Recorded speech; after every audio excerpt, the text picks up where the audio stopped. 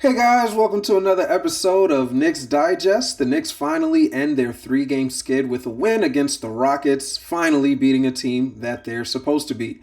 But no rest for the weary, as they've got a tough one coming up this Wednesday against the Miami Heat. Let's get right on into it.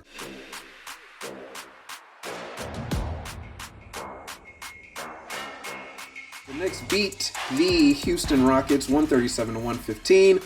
Sounds like a blowout, and I guess at the end of the day it is a blowout, but honestly, they were trading baskets with the Rockets for the majority of this game, and you know me, gotta focus on the bad first, right? But I'm gonna try and switch it up and focus on the good because they did come away with the victory. Two straight losses, well, they've lost three in a row, but two of those three games came against teams that they absolutely should have beat without any issue. So I really was worried for this game because here we have another team that they should beat. And, as of recently, they've shown us that they can't beat those teams that, most people would look past. But they did take care of business against the Rockets, 137-115. I'm sorry, I can't help it. They were trading basket with the Rockets for the majority of this game. It got to the third quarter and they got themselves a nice little 10-point lead.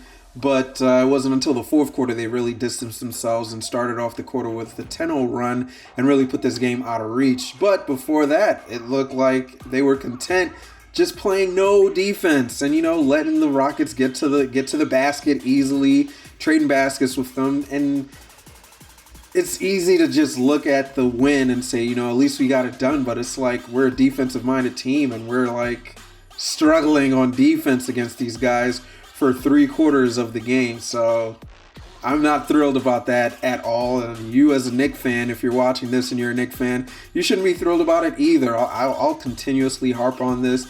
If you are supposed to be good at something and you're struggling with it, then how good are you really at it? The Knicks are supposed to be a defense-first team with Tom Thibodeau, And yet here we are, another game where it's just like they don't seem like they're too enthusiastic on the defensive end. They don't seem like they can play defense at an elite level.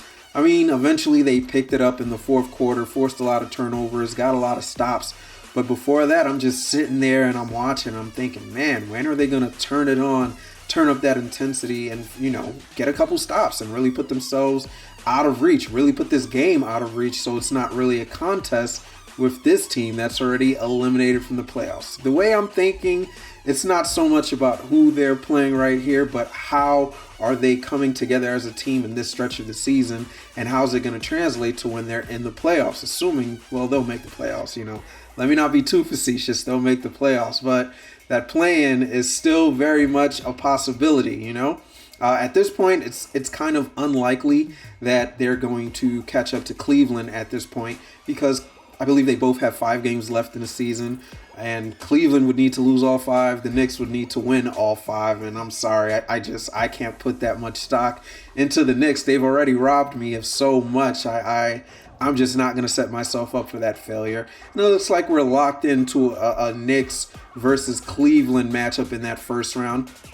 Possibly because, again, the Knicks could, lose a couple more games. Brooklyn is within reach. Miami is within reach. I'm not just saying this for the sake of saying this. Knicks are definitely more likely to fall into that play-in tournament than they are to come away with that 4th seed from the Cleveland Cavaliers. But I digress. Back to the game last night. The other thing that it's been bothering me for a while too with the Knicks is just the rebounding. Like the effort with grabbing rebounds. I feel like I'm some old school basketball coach who he's focused on the small things, that, most of these players just don't care about. It's a league in which, we let the opponent put up a shot and then, everybody else is running down court trying to get a quick and easy basket. But I want to see more of these guys crashing the glass and trying to grab rebounds. Too many times I'm watching the Knicks and they're letting guards come up on their bigs and take rebound. Mitchell Robinson, 6 rebounds last night.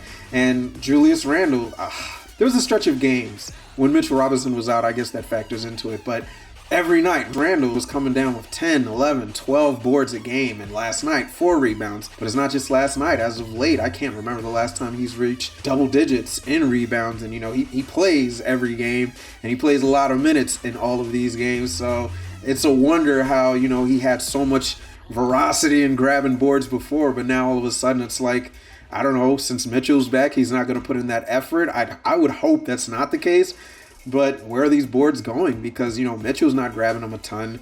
Even Hartenstein, like, he's not grabbing them a ton at all either. So who's stepping up for the Knicks and crashing the boards? I hate to be that guy who's focusing on something like the rebounds because, people don't really care about the small details of the game, but good teams, they rebound well, and the Knicks just haven't done so, and they didn't do it last night. Nobody in double-digit rebounds for the Knicks. Mitchell Robinson's not doing it for you. He's your starting center, and I just hate to see it. There's no reason why smaller guards should be coming into the paint and, showing more willingness to do the dirty work and grab boards than the Knicks. They give up a lot of offensive rebounds, and it's every time I see it, it just infuriates me a little bit more. We already mentioned the defensive aspect of it, in which the Knicks just weren't interested in playing defense for the majority of the game until the end of the game, and I'm not so sure it was their intensity on defense that picked up, or if it was them, or if it was the Rockets who just, as a young team, they weren't able to finish out that game in the fourth quarter. But nonetheless,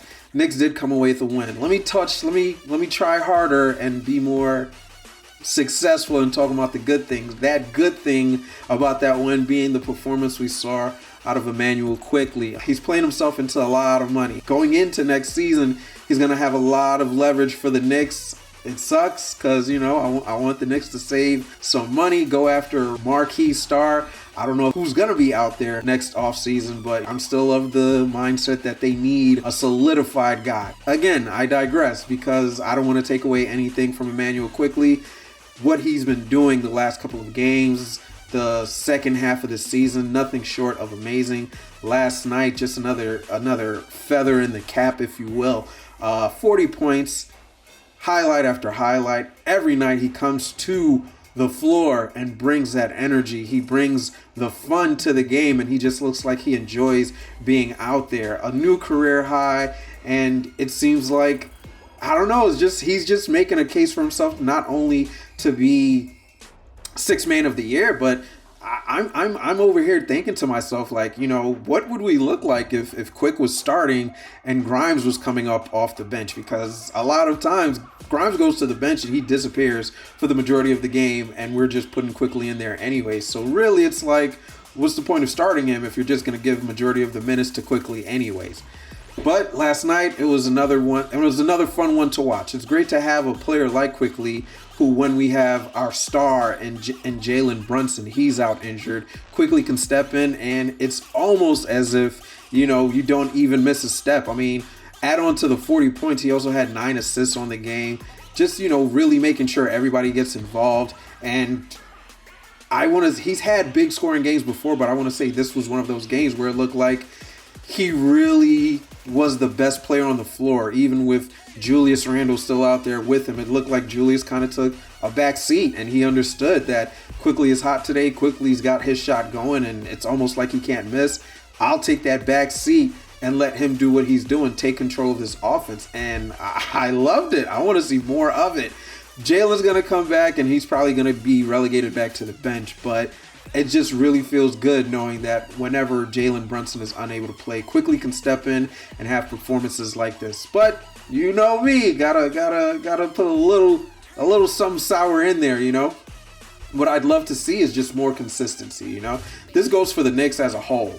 All the players. I mean, I get it. It's the NBA. You play a lot of games. It takes a toll on your body and whatnot. So it's not every night you're going to be able to go out there and give your 100%. But it's just consistency. I would love to see Quick do this on a consistent basis. It's not a lot of games. It's not a lot of games at all where Quick is going to have a terrible night or a terrible shooting performance. But some nights he may just be a little bit more passive and look to pass the ball before scoring.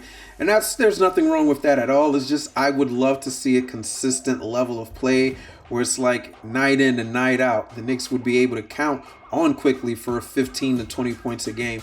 And I think, honestly, I'm at a point right now where I'm really just sitting here and thinking, like, is Quickley more valuable to us than RJ Barrett? Should we be focused more on building Quickley, maybe not building around Quickley, because I don't think we're going to necessarily be building around Barrett either, but should we be looking to him more as that third option behind Randle and Brunson as opposed to RJ Barrett? love RJ Barrett, but if I have to go off of who's had a bigger impact for us this season, it's absolutely been Immanuel Quickley, and I'm just excited to see if he could take that next step, much like we were expecting Barrett to take that next step last year. But if Quickley could take that next step and become a superstar caliber type of player and see, maybe he's that big third piece, or maybe, I want to calm down because I don't want to get ahead of myself, but who's to say that he can't be the type of player who's a superstar in the league, who can be like he doesn't have the jumping ability as a Ja Morant, but he's a great shooter. Who's to say he can't be, I don't want to say it, but maybe like a Steph Curry, be a player for us who can score 30 and who can hit the clutch shots and be that guy for us. But don't want to get into what ifs and what could be's. Just want to take the moment and savor the moment, I should say, and enjoy that performance by Quickley last night. Would love to see him do that more often and just continue becoming a bigger part of this team, a bigger part of this offense, and, being the best player that he can be for us. And again, not the prettiest win, I would say, even though the final score would indicate a blowout, not the prettiest win, but a win is a win, and we need all the wins we can get at this point in the season. So I'll appreciate the W for what it is. And hopefully we can carry that momentum into Wednesday, the next game the Knicks have at home against the Miami Heat, who did come away with the victory against us last time out and started us off.